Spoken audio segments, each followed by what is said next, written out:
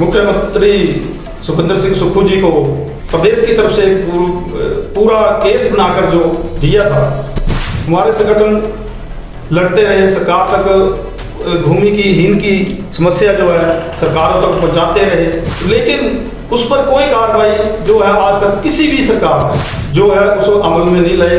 तो उन्होंने उस वक्त आश्वासन ही दिया था कि हम वाल्मीकि समाज के लिए बहुत बड़ा काम करने जा रहे हैं, लेकिन मुझे तो कहीं नहीं लग रहा बड़ा काम क्या, एक छोटा सा काम भी नहीं उन्होंने किया होगा। जब भी ये ठेका प्रथा होता है तो कहाँ होता है? अस्पताल में होता है, नगर परिषद में, नगर निगम में, जहाँ नालियों में हाथ डालना पड़ता है, जहाँ गंद स्थलों में उठाना पड़ता है, कटे पटे अंग उठाना पड़ते हैं, वहाँ पे वाल्मीकि समाज के लोगों को काम दिया हुआ है। और जहाँ पे सिर्फ झाड़ू मारना है, ऑफिसों में है, दफ्तरों में है, स्कूलों में है, वहाँ पे अन्य वर्ग के लोगों को वहाँ काम कर रहे हैं। नमस्कार, आप देख रहे हैं उज्जवल हिमाचल, खबर भी और असर भी। मैं हूँ आपके साथ सुदेश साहुंत्रा। जैसा कि हमारी कोशिश रहती है कि आपको हर शख्सियत से रूबरू करवाएं और करवाते भी हैं, लेकिन आज कुछ हट के है। आज ऐसे नेता हमारे बीच में हैं जो अपने समाज से देश की आज़ादी के बाद पीढ़ी दर पीढ़ी लड़ते आ रहे हैं, लेकिन ये बड़े गर्व की बात है कि ये जो नेता है ये आज भी दबंग है और अपने समाज के लिए आज भी लड़ रहे हैं। इस कड़ी में आज हमारे बीच में अखिल भारतीय वाल्मीकि महासभा, जो देश का सबसे बड़ा सामाजिक और गैर राजनीतिक संगठन है, जो कि अपने समाज के लिए लड़ाई लड़ रहा है। इस कड़ी में आज हमारे बीच में अखिल भारतीय वाल्मीकि महासभा के राष्ट्रीय प्रमुख महासचिव राकेश गिल जी हैं। इसी कड़ी में हमारे बीच में राष्ट्रीय संगठन महासचिव प्रमन चटवाल जी हैं और देवभूमि हिमाचल के प्रदेश अध्यक्ष दीपक लाहौरवी जी हमारे बीच में हैं और उनके साथ साथ हिमाचल प्रदेश के वरिष्ठ उपाध्यक्ष सुदेश काका जी आज हमारे बीच में हैं, जो कि बहुत सी समस्याओं के बारे में चर्चा करेंगे। जहाँ तक मैंने कहा कि ये बहुत बड़ा सामाजिक गैर राजनीतिक संगठन है, इसके बारे में मैं राकेश गिल जी आपसे पूछना चाहूँगा। नमस्कार सुदेश जी, पहले तो बहुत बहुत आपका धन्यवाद कि आपने हमें अपने समाज के बारे में और समाज की सोच के बारे में बताने के लिए बुलाया है। मैं सबसे पहले आपको बताना चाहता हूँ कि ये अखिल भारतीय वाल्मीकि महासभा ये पूरे देश भारत में, हिंदुस्तान में कार्य कर रहा है। 24 राज्यों में ये काम कर रहा है और 4 महानगर वहाँ भी अखिल भारतीय वाल्मीकि महासभा का संगठन काम कर रहा है और विशेषकर हिमाचल प्रदेश में ये संगठन काम कर रहा है, जिसके अध्यक्ष हमारे जैसे अभी सुदेश जी ने बताया दीपक लाहौरवी जी हैं। तो मैं संगठन के बारे में आपको थोड़ा सा बताना चाहूँगा कि ये 1988 से पूरे देश भर में कार्य कर रहा है। इसके प्रथम हमारे जो अध्यक्ष, राष्ट्रीय अध्यक्ष थे बहन कांता बिश्नार जी, जो दिवंगत हैं, उन्होंने वो राजस्थान कोटा से थे और उन्होंने प्रदेश के लिए पूरे देश में कार्य किया। वाल्मीकि समाज की समस्याओं को, वाल्मीकि समाज को एकत्रित करने के लिए, संगठित करने के लिए उन्होंने काम किया हमेशा से। और इसके साथ ही हर प्रदेश में इसकी कार्यकारिणी गठित की और प्रदेश में जुझारू लोगों को, जो समाज के लिए काम करते हैं, उनको जोड़ा है उनके साथ। इसी कड़ी में हर वर्ष 3 वर्ष में हमारा अधिवेशन होता है। अभी तक 17 अधिवेशन हमारे हो चुके हैं। अभी जो लास्ट अधिवेशन 17वां अधिवेशन हुआ कोटा में हुआ है, कोटा राजस्थान में। वहाँ हिमाचल से 4 लोगों का डेलीगेशन गया हुआ था और वहाँ से ऊर्जा से ओतप्रोत होकर हिमाचल में कार्य कर रहे हैं। तो संगठन के बारे में ज़्यादा जो कार्य हमारा संगठन का है वो हमारे प्रदेश अध्यक्ष जी बताएंगे संगठन है। गिल जी, मैं आपसे एक बात पूछना चाहूँगा कि ये राष्ट्रीय संगठन आखिर वाल्मीकि समाज के लिए क्या कर रहा है? वाल्मीकि समाज के लिए सर्वविदित है कि वाल्मीकि समाज एक पंक्ति में अंतिम स्थान पर खड़ा था। तो उस समाज को एकत्रित करने के लिए, उस समाज की समस्याओं को लेकर, वो हमारे बाकी साथी और बताएंगे, समस्याओं को लेकर हम देश, प्रदेश और केंद्रीय नेतृत्व में हर सरकार के पास हम पहुंचते हैं। ये गैर राजनीतिक संगठन है, हमारा किसी भी राजनीतिक संगठन से कोई नाता नहीं है। सरकारें जिसकी भी हो, हम अपनी समस्याएं लेकर सरकार तक पहुंचते हैं, चाहे वो भूमि की समस्याएं हैं, हमारे जाति की प्रमाण पत्रों की समस्याएं हैं, क्योंकि ये समाज हमारा पिछड़ा हुआ समाज है, भूमिहीन समाज है। जो सफाई व्यवस्था का काम है उसकी समस्याएं कई हैं, स्वास्थ्य की समस्याएं कई हैं, और इन समस्याओं को लेकर हम प्रदेश में राष्ट्रीय स्तर तक कार्य कर रहे हैं। जहाँ प्रदेश से समस्या उसको राष्ट्रीय स्तर से लेके प्रदेश तक पहुँचाते हैं, प्रदेश की सरकारों को पहुँचाते हैं, और केंद्र की सरकारों तक भी वहाँ का जो दबाव समूह, आप मान के चलिए कि हमारा एक दबाव समूह है जो समाज के लिए कार्य कर रहा है। हाँ चटवाल जी, आप अखिल भारतीय वाल्मीकि महासभा के राष्ट्रीय संगठन महासचिव हैं। जो सफाई कर्मचारी के लोग हैं जो कि आजकल ठेका प्रथाओं में काम कर रहे हैं, उस विषय में जिस प्रकार से उनका शोषण हो रहा है, उस विषय में आप क्या कहना चाहेंगे? जी, बहुत अच्छा। ऐसा है कि इसके लिए मैं पिछले कई सालों से हम लोग इस समाज, अपने समाज के लिए हर जगह पे मुद्दा उठा रहे हैं। और अभी कुछ सालों से हमने हिमाचल में सफाई कर्मचारी दिवस शुरू किया, वो अखिल भारतीय वाल्मीकि महासभा के बैनर के तले। और जितने भी हमारे सफाई कर्मचारी हैं, हमने सफाई कर्मचारियों के लिए जो भी उनकी तनख्वाह की दिक्कत थी, वो कितने पे लगते उसके बारे में मैं नहीं बोलना चाहता हूँ कि कितने पे ठेकेदार उनको क्या क्या देता था, और ठेकेदार उनको उनका जो EPF है, प्रोविडेंट फंड है, उनका भी वो कोई हिसाब किताब नहीं था। तो इसके लिए जब से हम लोग सफाई कर्मचारी दिवस हमने शुरू किया है, और सफाई कर्मचारी को इकट्ठा करके उस दिन हम लोग पूरा सेलिब्रेट करते हैं, सबकी समस्याएं सुनते हैं और पूरा हम लोग सहयोग करते हैं। अभी हाल ही में मैंने रिक्वेस्ट की थी अंजना पवार जी, जो राष्ट्रीय सफाई कर्मचारी आयोग की उपाध्यक्ष हैं, उनको मैंने आग्रह किया कि आप हिमाचल में जिला कांगड़ा और चंबा का दौरा करें और देखें हमारे समाज में किस तरह से दिक्कत आ रही है। तो उन्होंने बहुत सारी आके यहाँ पे हमारे समाज की बहुत सारी समस्याओं का हल किया। जैसे मेडिकल चेकअप है, ये भी उनके आने से ही शुरू हुआ, और हमने ये बात रखी कि हमारे लोग कई तो ऐसे ही मर जाते हैं। अब मैंने वेलफेयर, तिब्बतन वेलफेयर है, वहाँ पे कई लोग तो ड्राइवर ऐसे ही गंदगी के कारण ही खत्म हो गए। तो ऐसी बहुत सारी समस्या है जिसके लिए मैं हम लोग अखिल भारतीय वाल्मीकि के बैनर तले हम लोग समाज के लिए लड़ रहे हैं। चटवाल जी, मैं आपसे एक बात पूछना चाहूँगा। जहाँ तक के सभी ने कहा है कि हमारी सफाई कर्मचारियों की बहुत दुर्दशा है, और कोरोना काल में भी इन्होंने अपनी जान को दांव में लगाकर काम किया है, तो उस विषय के बारे में आप क्या कहना चाहेंगे? देखिए, जब आप कोरोना का समय था तो हमारे जो सरकारें थी, चाहे सेंटर की सरकारें थी, उस वक्त इनको एक सफाई कर्मचारी सैनिक के रूप में इनको बोला गया था कि इतनी बीमारी के कारण भी ये लोग अपनी जान की परवाह ना करते हुए सभी भारतवासियों को ये स्वच्छ जीवन दे रहे थे। तो मैं यही कहना चाहता हूँ कि आज तक जो पिछली सरकारें रही हैं, उन्होंने जो MOU साइन करके पूरे देश भर में सफाई कर्मचारी के पीठ के पीछे छुरा मारा है, मैं ये कहना चाहूँगा।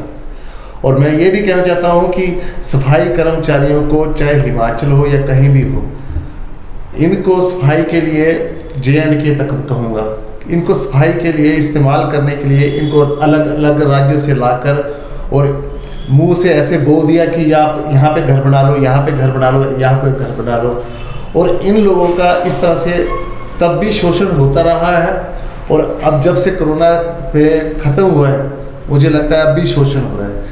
पर मैं धन्यवाद करता हूँ अखिल भारतीय वाल्मीकि सभा का कि जब हमने सफाई कर्मचारी दिवस शुरू किया है, उससे जो इनका पहले शोषण होता था वो अब खत्म हो गया है। मैं सरकार से खत्म हो गया है या खत्म हो रहा है? खत्म हो रहा है जी। मैं ये अब भारत सरकार से, मेरे स्टेट की सरकारों से तो कोई उम्मीद नहीं है, पर मैं भारत सरकार से, आदरणीय प्रधानमंत्री जी से मैं ये हाथ जोड़ के प्रार्थना करता हूँ कि मेरे समाज में जिन लोगों का ये ठेकेदार प्रथा द्वारा शोषण हो रहा है, इस प्रथा को खत्म किया जाए। आप कम सैलरी दे दो, जो आप 50,000, 60,000 देते हैं, उसमें 30,000, 35,000 हज़ार रुपये इनको सैलरी दे दो, और अपने जो डिपार्टमेंट है, चाहे एमसीडी है चाहे एमसी है, उसके अंडर इनको लेकर इनको इस तरह से रोजगार दिया जाए, और ताकि ये अपने बच्चों को और अपने आप को ये अच्छे ढंग से पालन पोषण कर सके, सुरक्षित महसूस कर सके। हाँ, सुरक्षित महसूस करें। अभी हाल ही में जो पहले क्या होता था कि पिछली सरकारों में जो सफाई कर्मचारी हैं वो सीवरेज के अंदर घुसता था और उनकी घुसते ही 1, 2, 3, 4, 5 लोगों की मृत्यु हो जाती थी। जब से भारत सरकार ने और खासकर सफाई कर्मचारी आयोग के चेयरमैन और वाइस चेयरमैन ने और भारत सरकार ने ये निर्णय लिया है कि कोई भी सफाई कर्मचारी जो है सीवरेज के अंदर नहीं घुसेगा, और अगर कोई घुसता है और ठेकेदार इस तरह से इनसे काम करवाता है तो उनके ऊपर कड़ी कार्रवाई की जाएगी। अभी हाल ही में राजस्थान में अभी कई लोगों की मृत्यु हुई है, तो उनको सरकार द्वारा 5-5 लाख रुपया, हमारे सफाई कर्मचारी आयोग की राष्ट्रीय उपाध्यक्ष अंजना पवार द्वारा उनको 5-5 लाख रुपए का मुआवजा दिलवाया गया है। तो मैं यही चाहता हूं कि हमारे सफाई कर्मचारियों की, अगर आप काम ले रहे हैं, चाहे कोरोना से लेके अभी तक काम ले रहे हैं, उनकी सुरक्षा और उनके परिवार की कोई ना कोई तो गारंटी होनी चाहिए कि भी इनका परिवार सुरक्षित है। धन्यवाद सुधीर जी। और सबसे पहले तो मैं अखिल भारतीय वाल्मीकि महासभा सभा की तरफ से उज्ज्वल हिमाचल का धन्यवाद करना चाहता हूं कि उन्होंने निम्न वर्ग के संगठन को, उनकी मांगों को सरकार तक पहुंचाने के लिए और संगठन किस तरीके काम कर रहा है उसके लिए हमें यहाँ आमंत्रित किया। मैंने आज तक किसी भी चैनल को इतना नहीं देखा है और ना ही कभी सुना है कि किसी चैनल ने जो है सबसे मतलब निम्न वर्ग के लोगों की समस्याएं को अपने माध्यम से उजागर किया। तो इसके लिए मैं पुनः धन्यवाद करना चाहता हूं। अभी हाल ही में 2-2.5 महीने हुए मुझे प्रदेश का कार्यभार सौंपा गया है हमारे राष्ट्रीय अध्यक्ष राजा गोपाल जी के द्वारा। तो इससे पहले भी हम संगठनों में काम करते रहे, और इससे पहले हमारी प्रदेश की वाल्मीकि महासभा होती थी, इसके प्रदेश वाल्मीकि महासभा होती थी। और जब मुझे इसका अध्यक्ष बनाया गया अखिल भारतीय वाल्मीकि महासभा का प्रदेश का, तो हमने उस सभा को जो है एक कर दिया, क्योंकि लड़ाई तो हमारी एक ही है। तो अलग अलग संगठन बनाकर अगर हम लड़ाई लड़ेंगे तो उसमें हमारा कोई फायदा नहीं है। इसीलिए हमने अखिल भारतीय वाल्मीकि महासभा में इसको मर्ज कर दिया। अध्यक्ष महोदय, मैं आपसे जानना चाहूंगा कि जब से आप अध्यक्ष बने हैं, आपको वाल्मीकि समाज की कौन सी समस्या है जो ज्यादा ज्वलित लग रही है, मैं उसके बारे में आपसे जानना चाहूंगा। सबसे ज्यादा ज्वलंत मुद्दा जो है हमारे समाज का प्रदेश में, वो सबसे पहले भूमिहीनता है। भूमिहीनता के संबंध में कई बार मुझे भी कम से कम इस फील्ड में काम करते हुए 77-78 से जब मैं 10वीं कक्षा में पढ़ता था, तब से मैंने इसमें इंटरेस्ट लेना शुरू किया, और मुझे इसका पूरा ज्ञान है कि कहाँ पर हमारी क्या समस्या है। हमारे संगठन लड़ते रहे, सरकार तक भूमि की हीन की समस्या जो है सरकारों तक पहुंचाते रहे, लेकिन उस पर कोई कार्रवाई जो है आज तक किसी भी सरकार ने जो है उसको अमल में नहीं लाएगी। अभी हाल ही में पिछले 2 साल हो गए मुझे इसको, कांग्रेस सरकार जब यहाँ बनी थी 2-2.5-3 साल पहले, तो हमने विधानसभा में भी इस संबंध में मुख्यमंत्री सुखविंदर सिंह सुक्खू जी को प्रदेश की तरफ से पूरा केस बनाकर जो दिया था, वो तो उन्होंने उस वक्त आश्वासन ही दिया था कि हम वाल्मीकि समाज के लिए बहुत बड़ा काम करने जा रहे हैं। लेकिन मुझे तो कहीं नहीं लग रहा बड़ा काम क्या, एक छोटा सा काम भी नहीं उन्होंने किया होगा, मेरे हिसाब से तो यही है। तो उस मुद्दे को आज जो है वो मुद्दा वैसे का वैसे स्टैंड है। आपको लगता है कि सुखविंदर सिंह सुक्खू मुख्यमंत्री जी इस विषय पर कोई विशेष गंभीरता से कोई निर्णय लेंगे? मुझे तो ऐसा कुछ भी नहीं लगता। वास्तव में आदमी की काम करने की जो है नीयत साफ होनी चाहिए जी, कि हमने इस समाज की समस्या को हल करना है, सीधी और स्पष्ट बात है। तो अगर उन्होंने इस काम को करना होता तो आज तक इस पर कार्रवाई की होती। अभी काम तो क्या किया उन्होंने, मेरे ख्याल से वो एक वाल्मीकि कामगार आवास योजना तैयार की, जो जिसमें क्राइटेरिया रख दिया इनकम का 2.5 या 3 लाख कुछ ऐसा है। आजकल 2.5-3 लाख रुपया तो एक दिहाड़ीदार भी कमा लेता है। तो उस मकान बनाने के लिए 3 लाख रुपया, 2.5-3 लाख रुपये किया है उन्होंने, लेकिन मकान वो बनेंगे कहाँ? हवा में तो बनेंगे नहीं। हमारा मेन मुद्दा जो है वो ये है कि जब इनके पास जमीन ही नहीं है तो इस योजना का बनाने का फायदा कुछ नहीं है। ये तो एक मतलब माइंड वॉश करने वाली बात है लोगों की कि नहीं आपके लिए कुछ सरकार कर रही है। आपकी बात को बीच में टोकता हूँ। जैसे कि आपने कहा कि लोगों के पास जमीन ही नहीं है तो मकान कहाँ से बनाएंगे, लेकिन मैं आपसे पूछना चाहूँगा, जैसे कि थोड़ी देर पहले चर्चा में ऐसा हुआ था कि बहुत से लोगों ने खास करके धर्मशाला में या योल में या कैंट में बहुत से लोगों ने सरकारी ज़मीन पर कम से कम 50-60 साल पहले मकान बनाए हुए हैं। क्या उनके लिए भी आपने लड़ाई लड़ी है कि ये ज़मीन रेगुलर होनी चाहिए? इस विषय में क्या कहना है? इसके लिए 2017 में जब कांग्रेस की सरकार ही थी तो माननीय भूतपूर्व मंत्री श्री शर्मा जी के द्वारा हमने इस फाइल को तैयार कराकर उनके माध्यम से सरकार तक पहुंचाया। जब तक ये काम थोड़ा सिरे चढ़ने के उसमें था, पूरे बातचीत होगी, रेवेन्यू सेक्रेटरी से मंत्री साहब की बातचीत होगी, सब कुछ हो गया, लेकिन ये हमारा दुर्भाग्य ही कहेंगे कि उसमें 6 महीने के अंदर अंदर इलेक्शन अनाउंस हो गए। 6 महीने के अंदर तो जाहिर है वो पिछले जो सारे काम रुक गए और सरकार का पूरा ध्यान जो था अपने इलेक्शन की तरफ चला गया। तो आज 17-25 8 साल हो गए हैं इसके, और इसके इसी चीज को हमने वर्तमान सरकार के सामने भी रखा, लेकिन उसका वही कोई नतीजा नहीं निकला। तो अब एक ही रास्ता हमारे पास बचता है। अब हमें प्लेटफार्म जो है, एक अच्छा प्लेटफार्म जो है अखिल भारतीय वाल्मीकि महासभा की का मिला है, और इनके नेशनल लीडर जो है, हमारा राष्ट्रीय नेतृत्व है, उनके साथ मिलकर हम इस चीज को डिस्कस भी किया है, और उन्होंने भी मुख्यमंत्री को लेटर लिखा हुआ है। एक मुद्दा और था हमारा वाल्मीकि मंदिर योल का, जो कि इसमें मिलिट्री प्रशासन के अंदर है, उनकी जमीन पर बना हुआ है।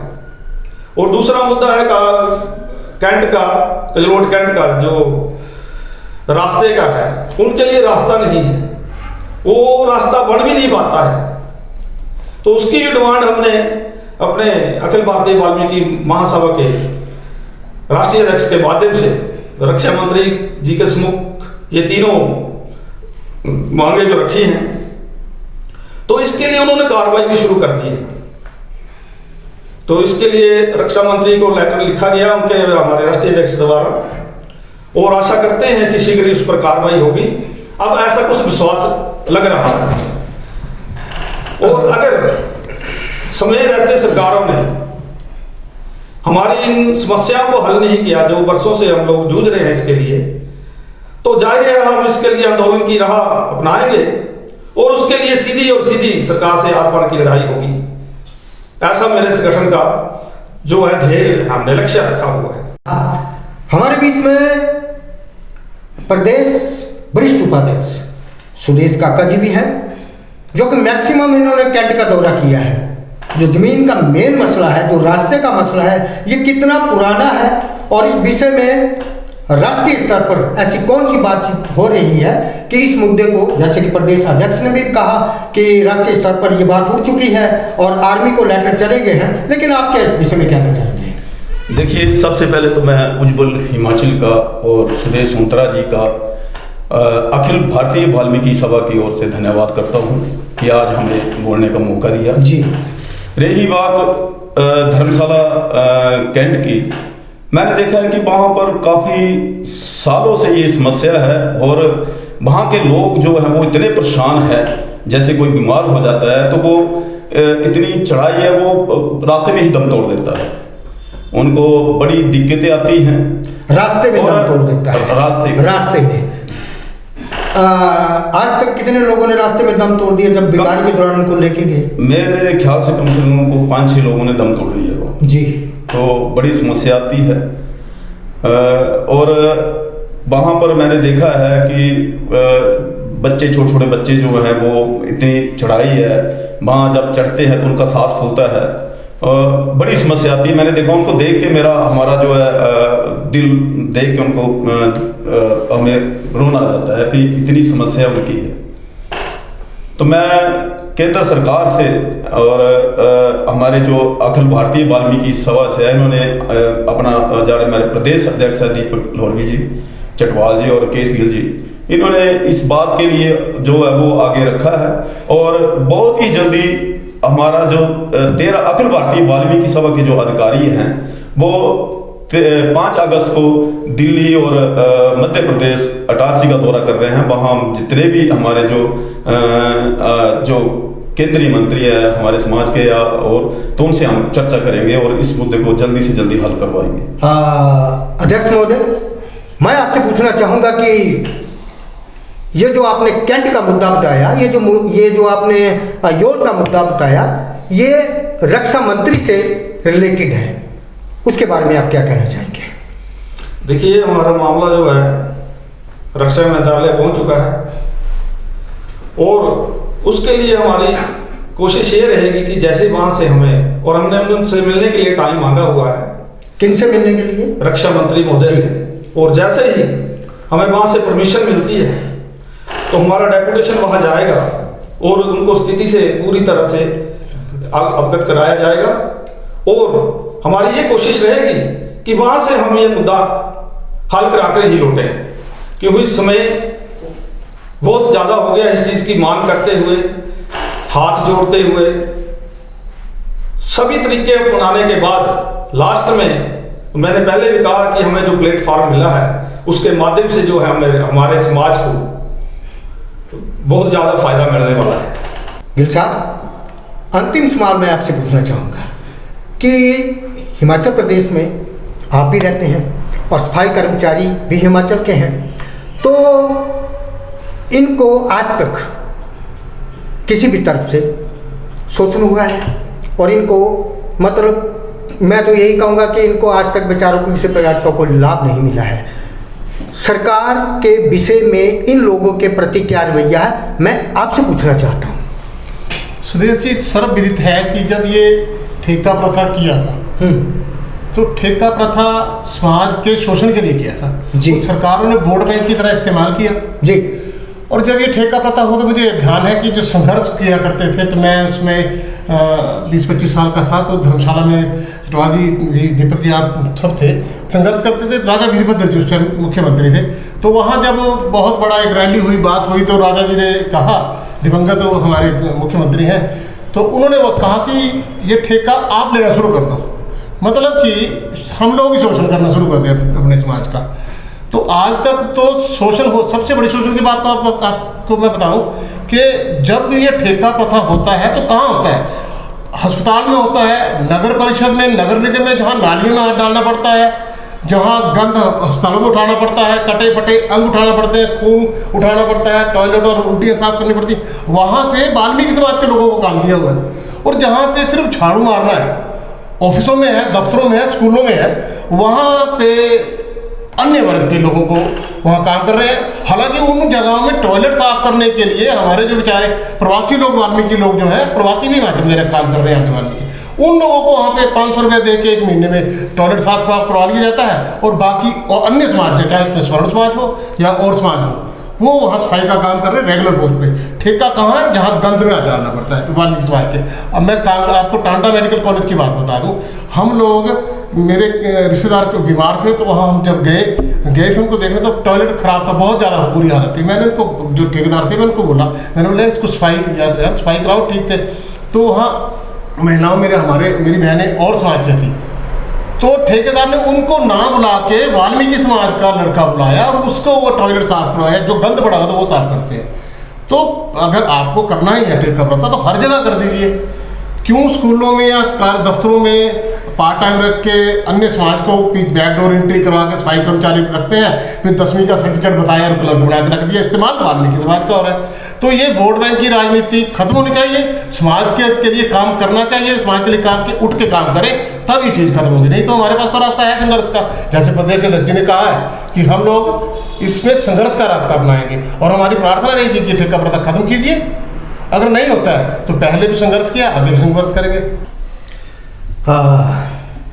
जैसे कि आज हमारे बीच में अखिल भारतीय वाल्मीकि महासभा, जो कि देश का सबसे बड़ा सामाजिक गैर राजनीतिक संगठन है, उसके पदाधिकारी हमारे बीच में हैं। उन्होंने अलग अलग मुद्दों में विस्तृत चर्चा की, और जैसा कि कहा है कि ये बहुत पुरानी लड़ाई है, सरकारें बहुत आई और गई, लेकिन आज तक उनका मामला किसी भी प्रकार से हल नहीं हुआ है।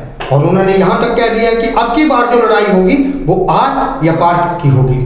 तो इस विषय में मैं अपने सभी, ये जो अखिल भारतीय वाल्मीकि महासभा के पदाधिकारी आए हैं, चाहे वो राष्ट्रीय स्तर से हैं, चाहे वो प्रदेश स्तर से हैं, आपका उज्जवल हिमाचल में अपना कीमती समय देने के लिए आपका मैं पुनः बहुत बहुत स्वागत और धन्यवाद करना चाहता हूं। और खास करके उज्जवल हिमाचल के दर्शकों का मैं बहुत बहुत धन्यवाद करता हूं कि आप हमें जितना प्यार देते हैं, और हर जो हमारा इंटरव्यू होता है उस पर आप बहुत मान सम्मान प्यार सब्सक्राइब करते हैं, लाइक करते हैं, कमेंट करते हैं। अपना प्यार इसी प्रकार से बरकरार रखिएगा, और मुझे दीजिए इजाजत। आपसे फिर मिलेंगे किसी नई हस्ती को लेकर, तब तक के लिए आपका बहुत बहुत धन्यवाद। Thank you. This news is brought you by Rainbow International School, Nagrota, Bagwan. क्या आप भी अपने बच्चों के उज्जवल भविष्य के लिए एक बेहतरीन स्कूल की तलाश में हैं?